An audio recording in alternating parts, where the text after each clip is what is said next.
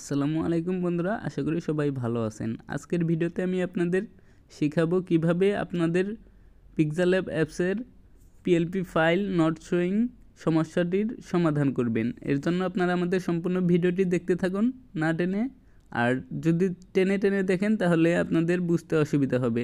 আমরা PLP file add করতে three dot অপশনে সাধারণত ক্লিক করে থাকি। আমরা থ্রি ডট অপশনে ক্লিক করলাম।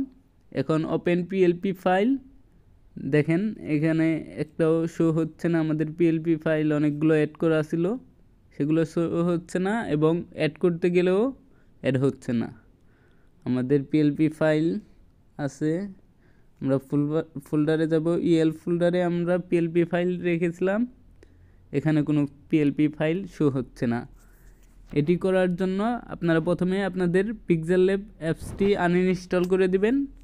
আমরা আমাদের পিক্সেলল্যাব অ্যাপসটি আনইনস্টল করে দিব। অ্যাপসটি আনইনস্টল হয়ে গেলে আমি ভিডিও ডেসক্রিপশন বক্সে একটি লিঙ্ক দিয়ে দেব। আপনারা ওইখান থেকে একটি অ্যাপস নামিয়ে নেবেন, পিক্সেলল্যাব অ্যাপসটি।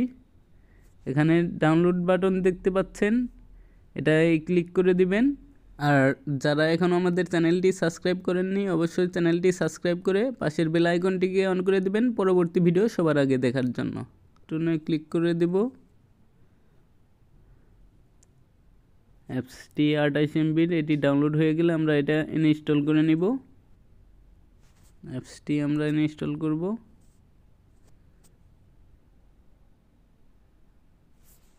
ইনস্টল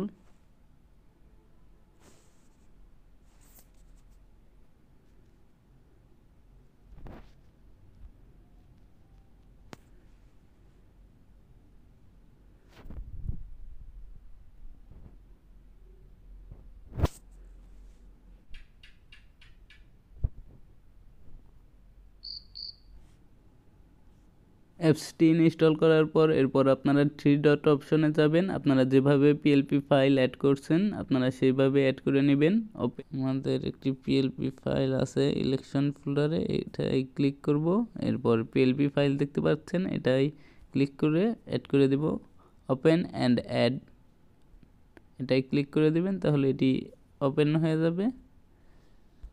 একটা ব্যাগ আসবেন, দেখতে পাচ্ছেন আমাদের পিএলপি ফাইলটি ওপেন হয়ে গেল। আমরা চাইলে এখন এটিকে এডিট করতে পারবো।